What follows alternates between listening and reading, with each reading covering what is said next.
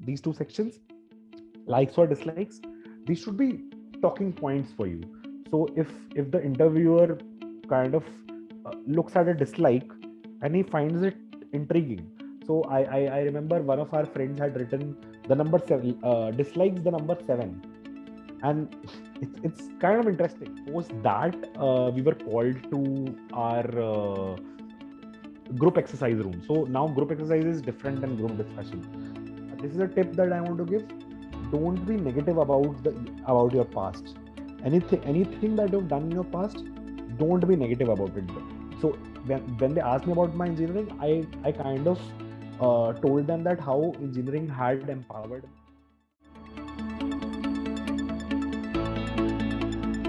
I graduated from MICA in April of 2022, and MICA was like always my dream college, and that was for me like the place to go to. And since I had a background in marketing, so I was all the more inclined to go to MICA. I am from Delhi, and I come from an agency background. I was working as a copywriter before. I was an engineer. However, I kind of didn't pursue any career in engineering. I kind of moved on to advertising post my engineering. I was an IT engineer.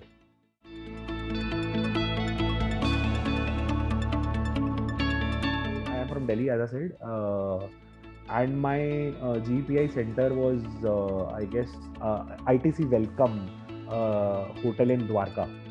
So it's pretty pumped for the day, and I think that I just to give you a feel of the entire thing, they kind of, all of us were sitting in a waiting room. So before GEPI, they give you a I think SOP form. So in that SOP form, they ask you for your statement of purpose as to why you want to, like, statement of purpose is basically what is your purpose of joining MICA? Why do you think, and what is your purpose of joining MICA, and why should MICA choose you? Like, what do you bring to the table? So that statement of purpose, before telling about GPI, I am kind of trying to give you the whole picture, because a lot of what happens in the PI is based on this SOP form. So I think that, again, the statement of purpose should be very concise. They give you a specific number of lines only to write. You can't go beyond that. And I'd say you should be as concise and as to the point as it gets. And you should, again, I'd say you should know why you are going for the experience at MICA, why you are choosing MICA, and why should MICA choose you. So both of the things should be clearly conveyed, and it should kind of give a gist of your story. So every person is a story. Like the very fact that I'm sitting here right now is because I have a story. So you have to convey your story very well in that particular, I think, 6 to 7 lines that you're given. And post that, there is a section where you are asked 3 likes and 3 dislikes. So these can be anything. This can be anything under the sun. But I'd say always, when you are writing, when you're writing something for something within these two sections, likes or dislikes, these should be talking points for you.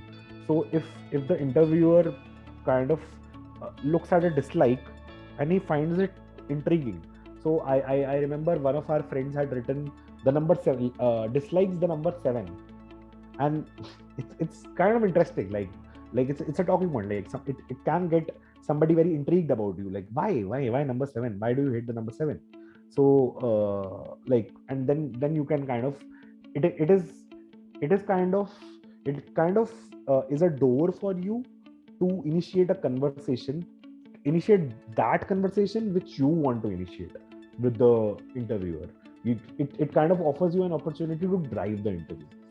So this is the SOP form that you're given, and I think you should, as I suggested, you should kind of look for pointers which kind of give you a headway in the interview room, and SOP should be as clear as it gets.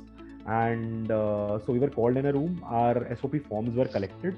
So these were physical forms. We had to submit them in person there and then on the day. And in that, it was a very big waiting room, huge waiting room at that. And all of us were like sitting there, and I'd say like I was chatting with a lot of people there. Post that, we were called to our group exercise room. So now group exercise is different than group discussion. It's not a group discussion. It's not one bit like that. It's very different. So we were divided in groups of eight people in one group. Now you are given a task. Like when you are taken to a room, a separate room within the hotel, and in that room you are given a topic, or so to say a task. So our task was create a jig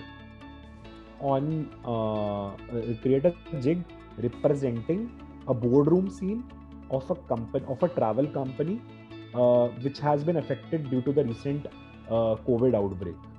So it was a very interesting problem. Like, first of all, we were confused what does the word jig means. So one of the people in our group cleared that it means any kind of a play or a role play sort of, or a skit in general we had to create of a boardroom scene.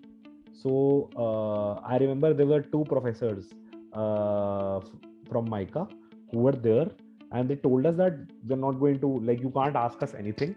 We'll just be observing you, and you have to kind of you'll be given 30 minutes. Within these 30 minutes, you have to kind of, I think it was 15 minutes. I don't know. I don't remember the timing that they gave us. So I think they gave us 15 minutes, I guess. Within those 15 minutes, we had to like discuss the entire thing, like discuss our entire plan of action, and what we are going, how we are going to go about our jig, and like the rationale behind what should be the rationale behind this travel company now that due to COVID everything has shut down. So we kind of created something, and so everybody kind of took a responsibility. So I remember there was this one guy who was constantly reminding of us of the time. Like this much amount of time is left. This much amount of time is left. So I was taking the responsibility of adding like more creative wisdom to what we were doing, and I was kind of bringing all of us together, trying to kind of bring out the ideas from people who were kind of shy, or who were kind of not who hadn't broken out of the shell. So I was trying to do that as well. So I think that I did decently well in my G group exercise because I was contributing creatively as well. And so even if you are not able to kind of think on your feet there and then, you can take another responsibility. You can say like I'll create a chart paper. On that chart paper, I'll make a graph of how our company has been doing. One girl did this. She said that I'll make projections ka chart, and company projections, and how it'll be following a declining trend during COVID, since we're a travel company. And everybody was taking up responsibilities, and that was what I guess the professors who were onlooking us were looking for. They were kind of trying to gauge how much kind of effort you are making and how much you are invested in the process. So yeah, I'd say that I did decently well in that. Now my PI experience was quite grilling. So I went in, and so as I said, SOP form is very important. So in my SOP form began with a line called I've always believed that I have a superpower. The ability to express myself over any canvas I get makes me feel like a superhero every day. And Jesse, so when I went inside, there were three people, and one of them was actually a news journalist. So sometimes you tend to get intimidated by the panel as well, because the panel can be popular people as well, like people we have seen on TV. So there was this journalist also. So now this one panelist asks me ki, uh, okay, so Vishwajeet, tell us something about tell us more about your superpower. So as I said, it gave me a lot of headway. Now once he asked me about my superpower, I started about the fact that how I can write well, I can express myself very well, and I can kind of uh, conjure ideas out of thin air and execute them as well. So then they kind of sensed that then they kind of moved to why I did engineering then when I kind of, so this they will try to do, they will, if they find that you are not, so don't be kind of this is a tip that I want to give. Don't be negative about your past. Anything that you've done in your past, don't be negative about it.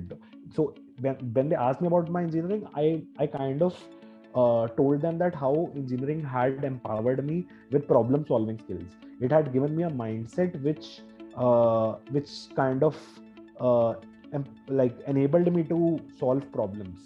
So I was constantly trying to tell them that I don't regret my decision of doing engineering one bit, because that is what kind of gave me the skill set of solving problems constantly. So I kind of and then they moved on to another point that you are doing very well in your professional career. Why do you want to come to MICA? Then I remember there was this one point which the gentleman who was taking the interview said. He said that it's like that uh, you are already a neurosurgeon and now you're trying to do an MBBS. So I kind of replied by saying that uh, I kind of want to do that, because I think that I want to first clear my basics. MBBS would offer me an opportunity to kind of explore all the options that are in the line of medicine. Here, medicine is a corollary to marketing, and then I would make an informed choice as to where I want to go. Currently, I am doing neurosurgery, or so to say, I am in advertising, but it is a very small drop in the ocean. I think that I can uh, be a bigger stakeholder and do much more uh, through an experience at MICA. So they kind of tried to constantly poke holes in my boat, and they were trying to they're trying to intimidate me. They were trying to kind of bring me down, but I never I'd say back down, or I never kind of like I held my ground constantly till the very end. Then another point there is was that though I think that when I came to MICA I was 25, and that was the average age of all the MICAs that there were. But they kind of, again, they were just trying to intimidate me. They said that you would be called the uncle of the batch. How would that make you feel? And to that I said that I won't mind it one bit, because I think that there needs to be an uncle of the batch as well, and because learning at MICA is based on peer-to-peer interaction, and I think that I have a lot to offer and lot to bring to the table, through which uh, younger people can learn from me as well, and I can learn from younger people as well. So yeah, like that was kind of how my interview went. It's all about holding your ground and kind of not representing your past in a negative way. Whatever you have done in your life till now, you have to kind of show the interviewer that you take all of it in a positive light, and all of it has added to you being here in this interview room today, and your past is your strength, not your weakness. So yeah, that.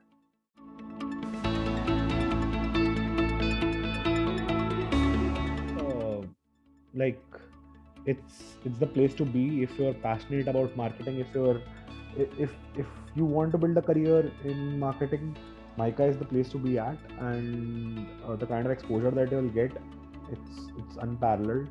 And I'd say that uh, but I I'd like to state one condition or one clause here, that be very sure that you want to take up marketing.